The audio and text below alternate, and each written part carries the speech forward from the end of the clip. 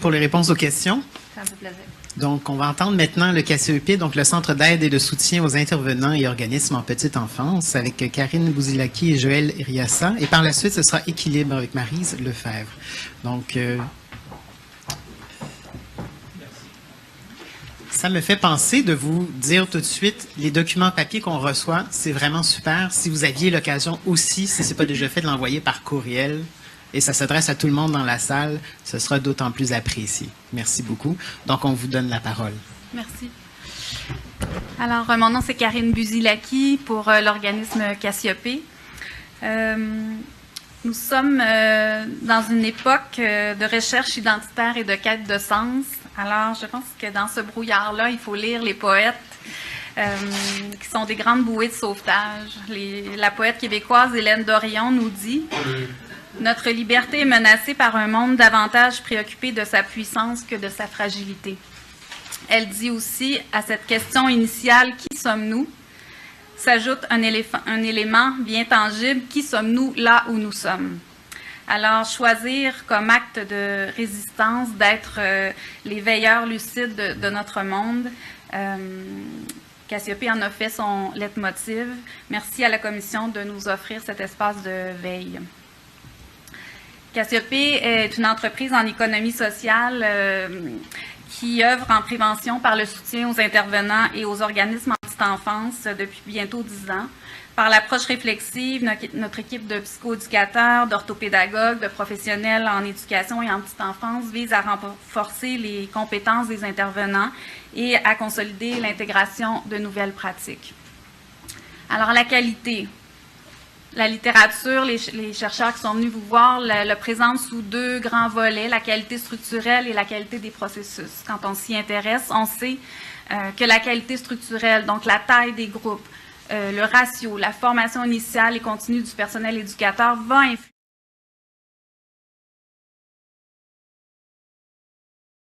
et les enfants, l'interaction du personnel avec les parents, la planification des activités, l'aménagement de l'environnement. Alors, sachant qu'il y a cette influence, CACEP, c'est sur la formation initiale et continue du personnel éducateur qu'on a décidé de tabler, sachant qu'on a une prise là, pour aller vraiment influencer la qualité. Plusieurs études démontrent effectivement un lien positif entre la qualité de la formation reçue et la qualité des processus, les résultats des enfants à diverses mesures de développement. On sait que tout ça est lié. Alors, quel type de soutien ou de formation doit-on privilégier pour favoriser le changement de pratique? Alors, on dit oui, la formation, mais quel type de soutien, quelle formation? Ça nous a amené à regarder les recherches, tout ce qu'on sait sur l'apprentissage. On apprend par assimilation d'un savoir, d'une pratique, dans l'expérience. On développe des habiletés jusqu'au jour où on est confronté à cet enfant-là qui ne répond pas à l'intervention.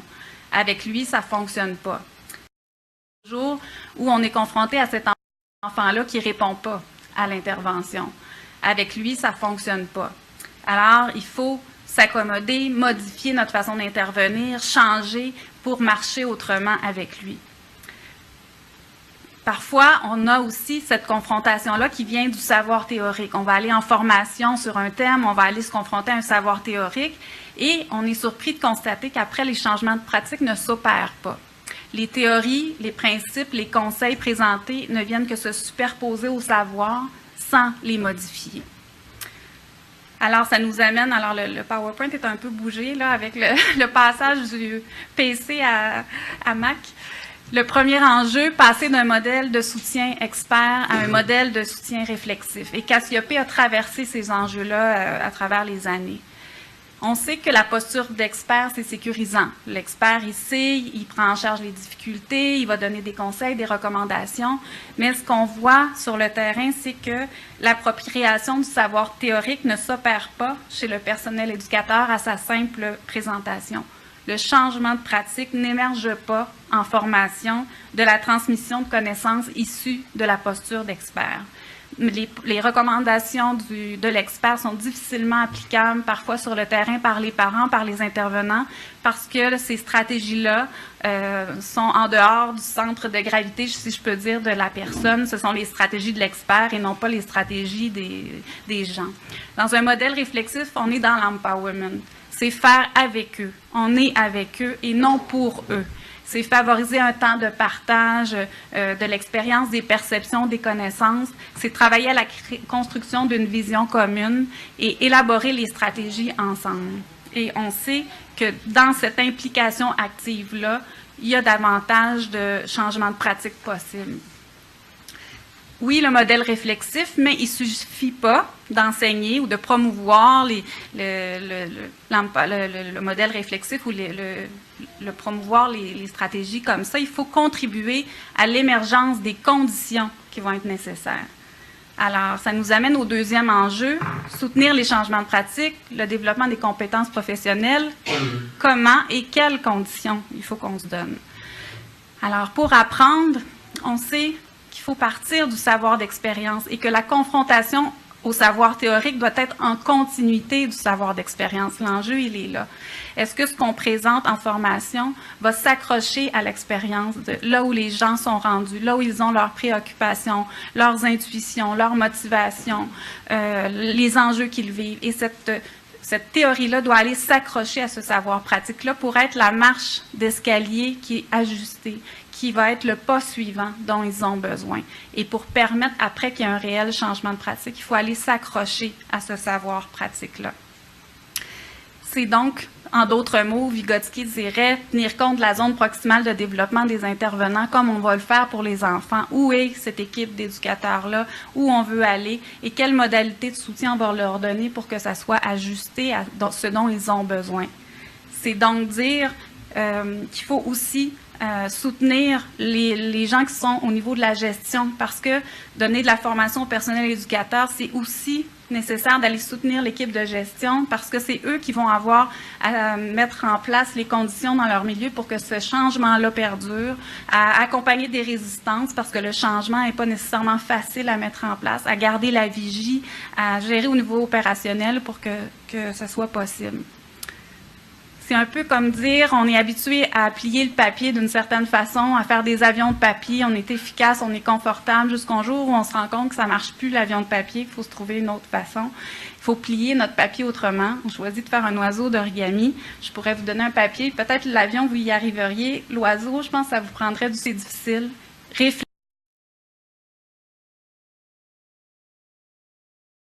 Nos façons de faire, c'est exigeant, ça demande du soutien.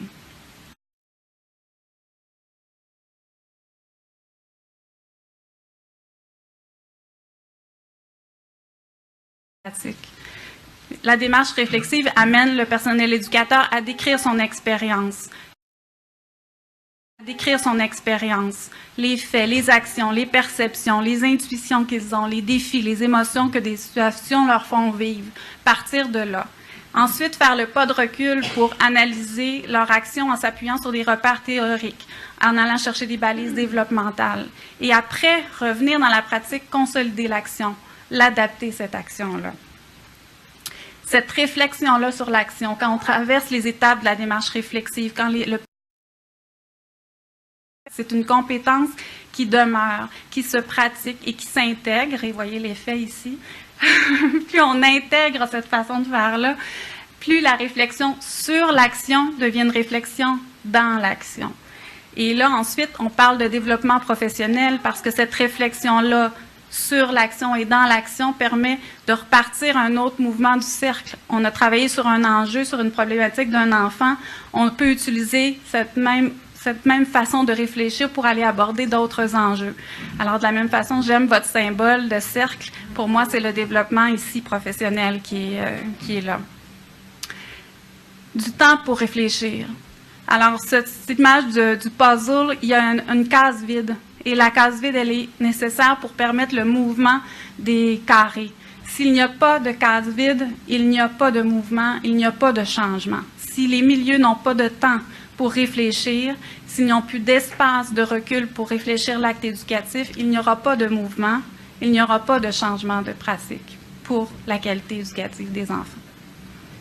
Alors, le processus de l'intervention éducative, il est complexe. Planifier une intervention, je vais aller observer telle chose pour tel enfant, observer, réfléchir, rétroagir sur ce que mon observation m'a donné, aller planifier mon intervention, intervenir, réaliser que ça ne fonctionne pas, il faut que je revienne planifier, il faut que je retourne observer. Ce processus-là dynamique, il est très exigeant et très complexe. Alors, cette réflexion-là sur l'action, s'il n'y a plus d'espace pour l'éducatrice, l'éducateur de décrire son expérience, d'avoir un pas de recul pour s'appuyer sur des repères théoriques, s'il n'y a plus d'espace pour faire ça, qu'est-ce qui reste? Il reste une absence de recul face à la pratique, un manque de soutien pour faire face aux besoins, un essoufflement, et on n'est plus dans la réflexion sur les besoins de l'enfant, on est dans de la réaction au comportement à ce moment-là. Alors, nos recommandations de l'équipe de Cassiopée, redonner aux équipes éducatives du temps pour penser l'acte éducatif, pour porter un regard sur leurs pratiques et sur les besoins des enfants. Revaloriser et soutenir l'embauche de responsables du soutien pédagogique ayant un rôle de soutien et de vigie de la qualité éducative dans les milieux. On a vu ce poste-là fondre, disparaître dans le réseau dans les dernières années de façon dramatique.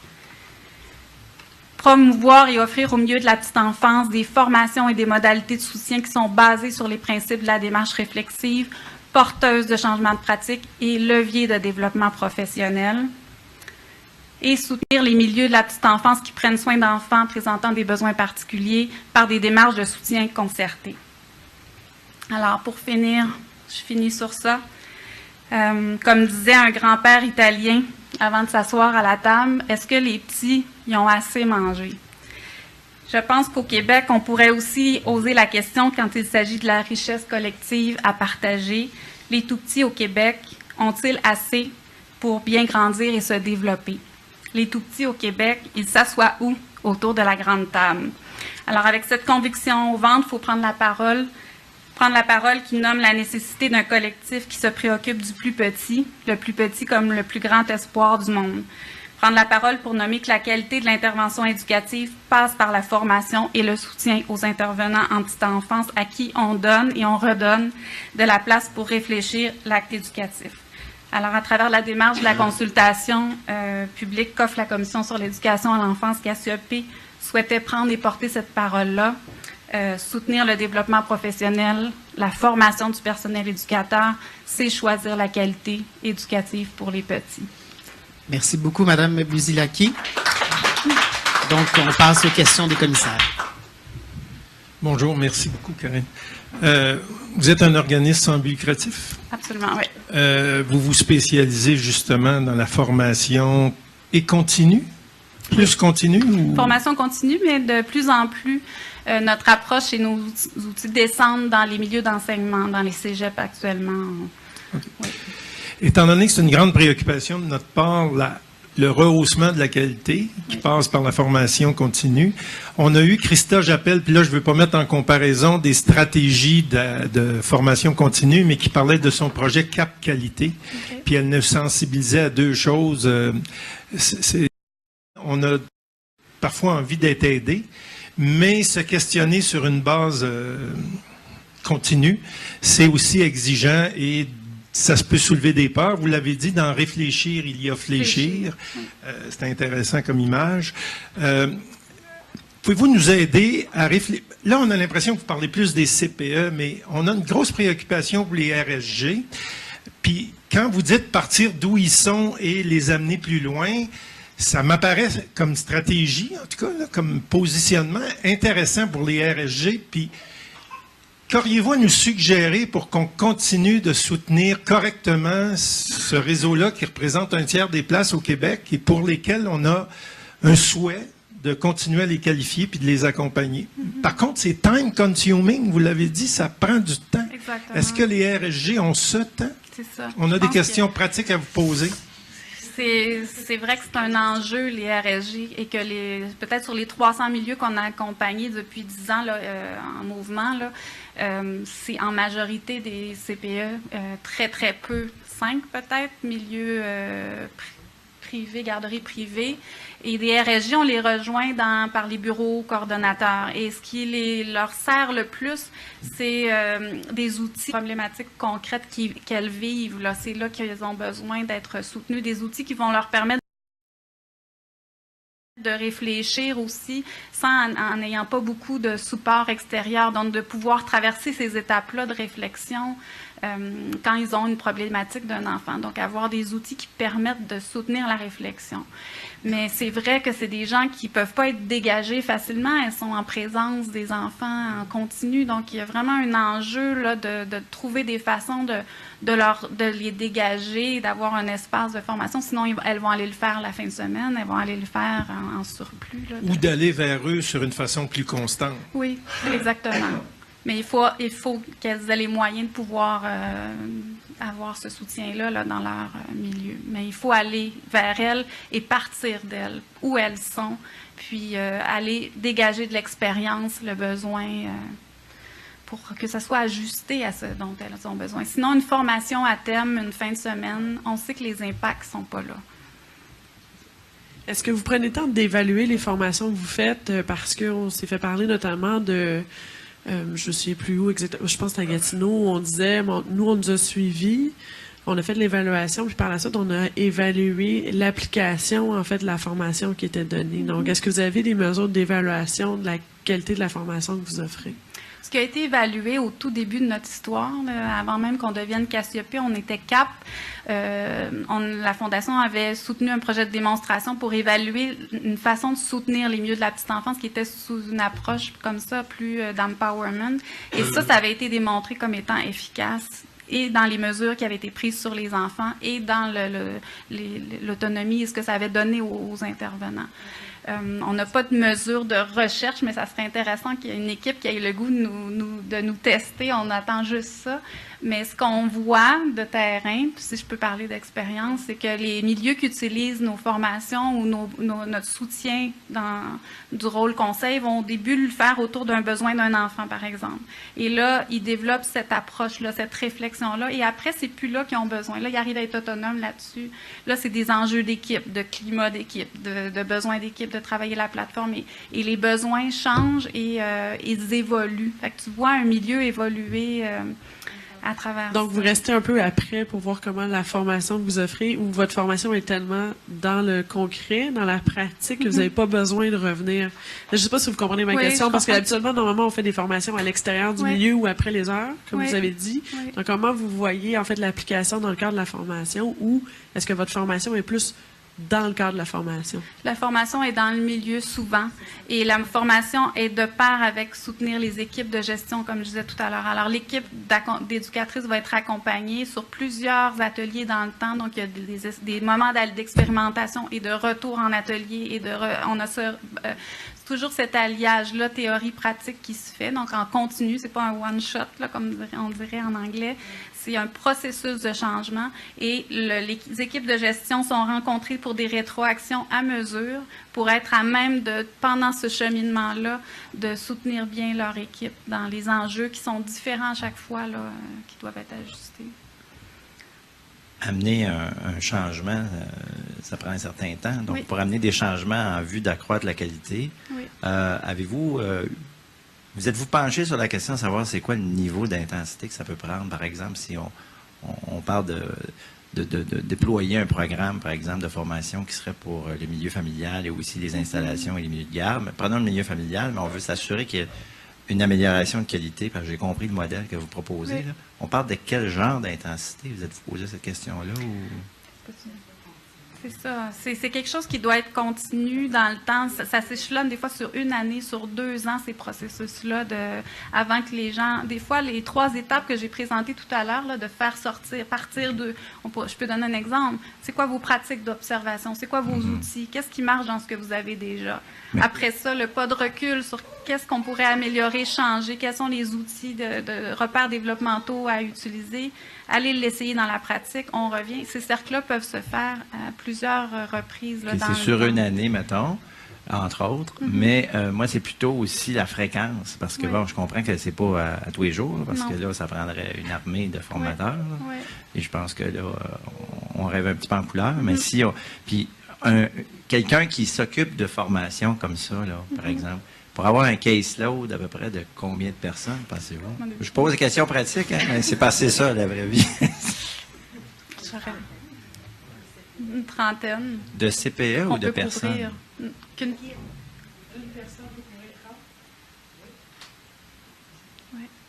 Mais je ne saisis pas. 30 équipes ou 30 personnes? Viens donc. Mon collègue. Oui. Bien, souvent, notre axe de service, on accompagne des équipes. Comme le disait Karine, les RSG, c'est un réseau ou c'est une clientèle qu'on a touchée principalement via les bureaux coordonnateurs. Donc, la question que vous me posez, on n'a pas nécessairement de modèle actuellement, mais au niveau des équipes, pour répondre à votre ratio, là, un formateur peut accompagner une trentaine d'équipes à l'intérieur d'une année avec des services qui s'échelonnent aux 2 ou 3 mois selon les besoins, selon la réalité, avec des points de chute auprès de l'équipe éducative, des retours avec les gestionnaires pour s'assurer d'arrimer les stratégies de changement de pratique à tous les niveaux. Alors, si je comprends bien, vous rejoignez l'éducatrice et l'enfant, mais via des personnes intermédiaires. Là. Dans le fond, vous faites plus un mouvement avec des multiplicateurs. Dans le fond, Exactement. vous travaillez à former ou à coacher des intermédiaires qui, eux, vont le faire sur une base plus quotidienne. Je voulais juste dire, l'homme qui a parlé avant vous, c'est Joël. Non. Sébastien Ménard. Sébastien, excuse-moi. Sébastien Ménard. D'accord. Effectivement, c'est vraiment une philosophie de... C'est pas moi l'expert qui va venir régler ton truc dans ton local. C'est toi l'expert de ton milieu. Puis c'est toi que je vais soutenir parce que c'est toi qui vas après être tu vas en voir des enfants toute ta vie. Tu vas en voir pendant... Alors c'est toi qui dois être la personne qu'on soutient et qui a tout le potentiel pour le faire. Donc c'est vraiment cette approche-là. Et on sait qu'elle est beaucoup plus féconde et qu'il y a vraiment des impacts d'agir de cette façon-là versus un modèle expert. Là. Dans le mémoire, on l'explicite plus, là, les bien. impacts d'un modèle expert, oui. Alors, la question qui tue, Ouais. êtes-vous juste des spécialistes de processus ou vous êtes un peu des spécialistes de contenu de la petite enfance? On est des psychoéducateurs, des orthopédagogues, des éducateurs. Donc, le développement de l'enfant, il faut être... on ne fait pas juste non plus vous dire traverser ces étapes-là. Quand je disais faire avec eux et non pour eux, c'est qu'on contribue à nourrir nous aussi dans l'échange. On contribue nous aussi à réfléchir les stratégies. On contribue à amener ce contenu théorique-là de pointe qui est nécessaire. Donc, non, on n'est pas juste dans un processus. On est des pédagogues qui soutiennent le changement. Puis le changement, il doit y avoir une structure pour ouais. Merci beaucoup pour votre présentation, Merci. Madame Bouzilaki de Cassiopée. Merci pour vos réponses aussi. Donc, j'appelle au micro Madame Maryse Lefebvre d'Équilibre et par la suite, on